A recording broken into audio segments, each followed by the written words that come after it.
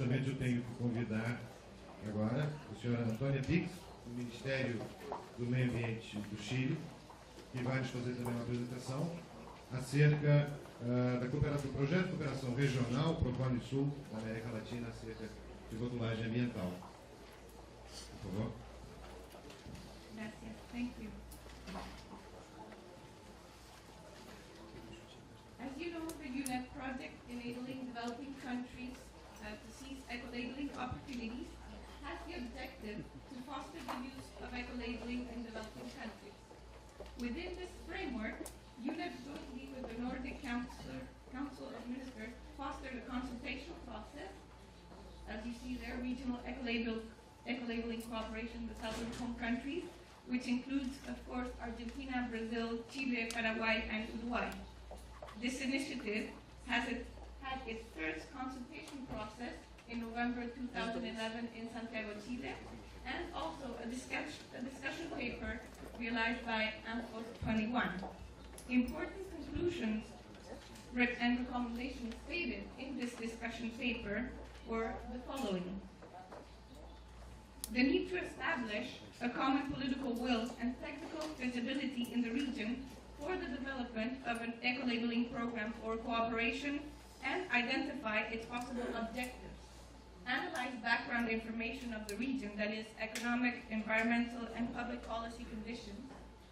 Prioritize sectors more sensitive to environmental issues, high importance to trade, more demanded by consumers. Evaluate existing initiatives and take them as a base, working also on mutual recognition.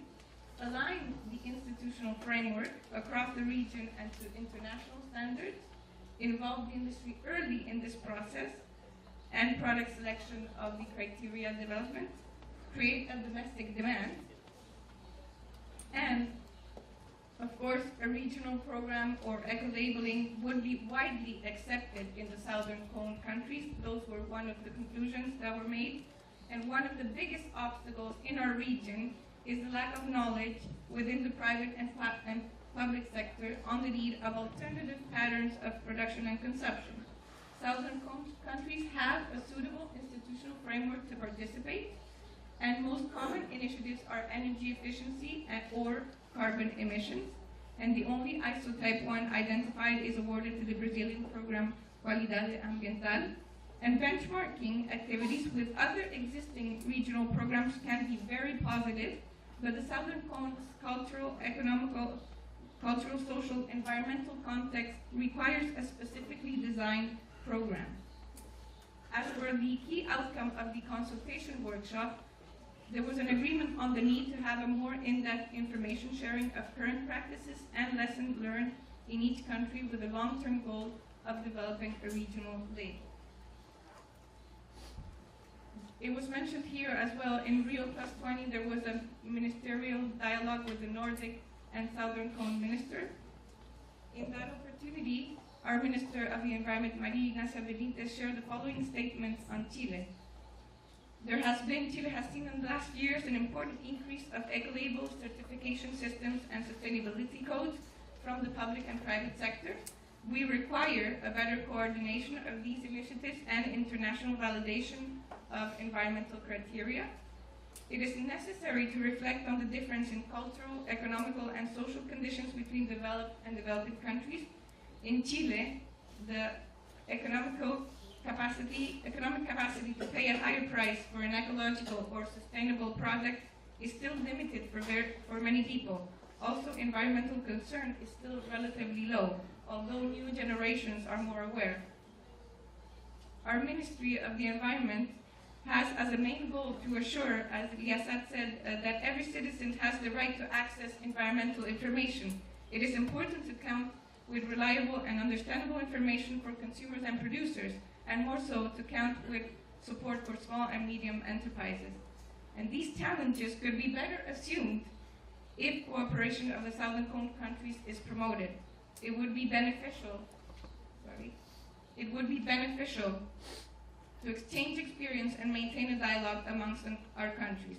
If we can open new markets for our products, recognizing environmental efforts, we will be halfway towards creating a greener economy, and we will have more informed consumers. we should keep moving forward to foster sustainable consumption at this level. In 2002, there is a feasibility study being done by Fundación Chile to lay the foundation for the development of a regional cooperation on eco-labeling and promote the role of SPP in the Southern Cone countries. This study intends to provide an assessment of the Southern Cone context with respect to conditions needed for regional cooperation on eco-labeling, present an overview of various eco-labeling and sustainable public procurement initiatives that exist in the region, identify priority sectors for considerations in terms of their potential for eco-labeling and public procurement, define a strategy and options for cooperation. And the study has the following structure. I'm not going to go into details, but Ben Neppers is going to present this later on, who's sitting right there. Important recommendations that we can tell you a little bit about the recommendations that you will see in the studies are the following. It is critical to begin engaging multiple stakeholders that have not been sensitized or have not participated in the initial discussions, such as members from industries, NGOs, and scientific community. Raise awareness and educations for consumers and above-mentioned stakeholders. Undertake a thorough mapping of industries, their markets, and organizations that may have technical or industry experience to implement this type of work. And a robust implementation plan needs to be designed with the pilot testing of cooperation. And given the variance in the levels of activities amongst the Southern Cone countries with respect to eco-labeling and sustainable public procurement, 3 strategies will be presented for regional cooperation. One is promote and enable, that is the development of a Southern Cone eco-labeling network, or adapt, that is the development of a hybrid type 1 Southern Cone regional eco-label, or establish, that is the development of a new type 1 Southern Cone regional eco-label. As for Chile's perspective, as I said, the Chilean economy has grown fast in the last 20 years, and that has been enabled the possibility to reduce poverty. Nonetheless, pressure on the environment has considerably grown. As far as sustainable consumption and production, Chile has seen an important number of eco-label certification systems and sustainability codes. Consumers, as stated there, are not fully environmentally conscious, and price is still an important variable when buying. Just as an example, only 54% of consumers would buy an ecologically friendly or, as Robin said, preferable product if it had the same price as a normal product, and 58% would be willing to pay 10% more if an ecological for an ecological friendly product. We are aware of the importance and relevance of the public sector in promoting good practices regarding sustainable consumption and production, and its role in providing reliable information. The public sector has the opportunity to lead sustainable development through public procurement, using their acquisition power as an incentive for suppliers and an example for consumers. We have a pretty good example of a green public procurement in Chile called Chile Compra, which you can maybe ask later Pablo Brusing, who is also here with us. In this context, Chile has been involved in the process since the beginning, and we want to actively continue in the feasibility study and the workshop. We want to exchange experience, information, knowledge, know-how, understand our barriers, challenges, and seek opportunities with our neighboring countries. Those are just examples of some of our eco-labels and codes. Other important challenges, just to wrap up, from Chile's perspective, our private sector is interested in sustainable consumption and production. It can open new markets for our products, therefore a pilot in a selected sector could be developed. For this, it is necessary to count with international standards but local criteria. We need to analyze an institutional arrangement that can implement this process internally, nationally. Therefore, while we actively continue regional coordination, we must also continue focusing on our organization internally or nationally. We are aware of the need of a national policy regarding these topics, which would act as a strong framework to promote and enhance SPP and eco-labeling on a national basis and on a regional one. And regional cooperation can lead us towards a greener economy, permitting at the same time for our southern home countries to continue growing.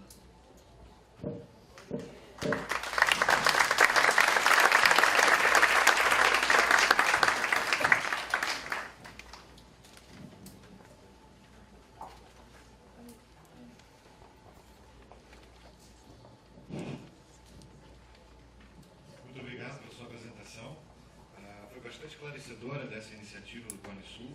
Será interessante, após essa sessão aberta que teremos em seguida sobre as várias experiências de cooperação regional, mas eu queria saber se alguém quer fazer alguma pergunta, em particular nossa colega do Chile, a senhora Antônia. Temos 5 minutos para isso.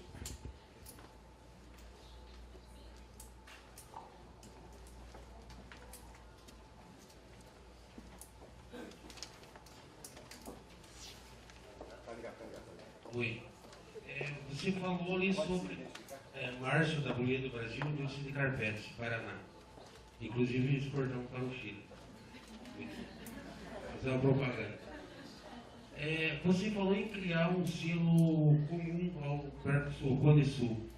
Será que há necessidade, ou sabendo que cada cultura é diferente das culturas, nós utilizarmos como base o Global Ecolabelling? Por exemplo, a BNT é reconhecida aqui no mundo inteiro.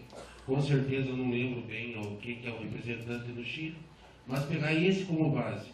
Porque se nós usarmos com certeza o que é aceito aqui pode ser não aceito no Chile. E daí usar esse como para todos.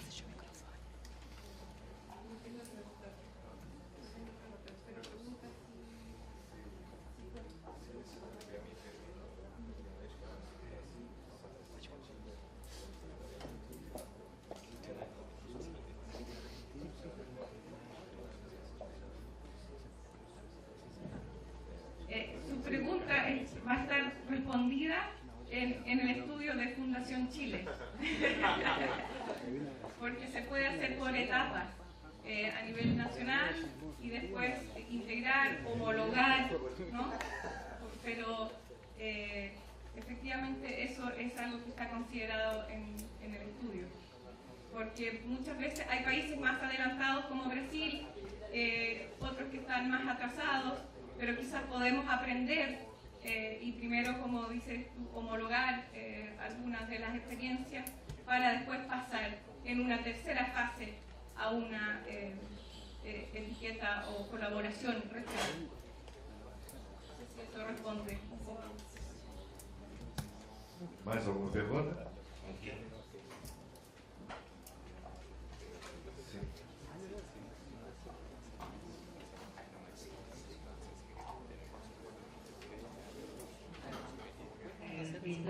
Fala, vou traduzir.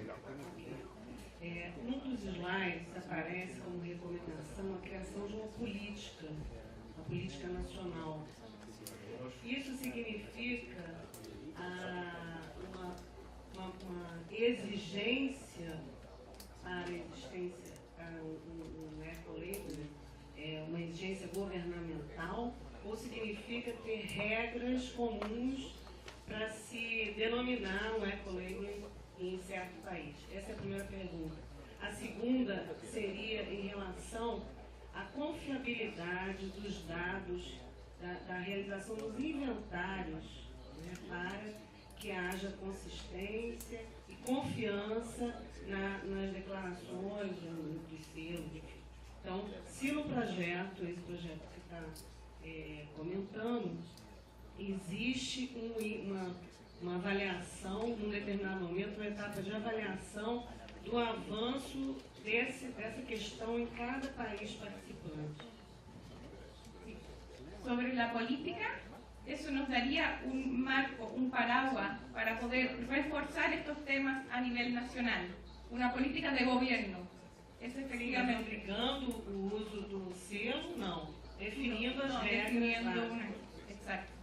Y la segunda pregunta sobre a metodologia de elaboração de inventários, os níveis são diferentes nos diversos países. Exacto. E se haveria uma preocupação no projeto. está considerado y por eso mismo en el estudio también dice que tenemos que integrar rápidamente a los actores de la academia, ¿no? También para poder definir bien todos los criterios y tener los mismos estándares en cada país, ¿no? As normas internacionais. Normas internacionais, Sim, exacto. ok, obrigada.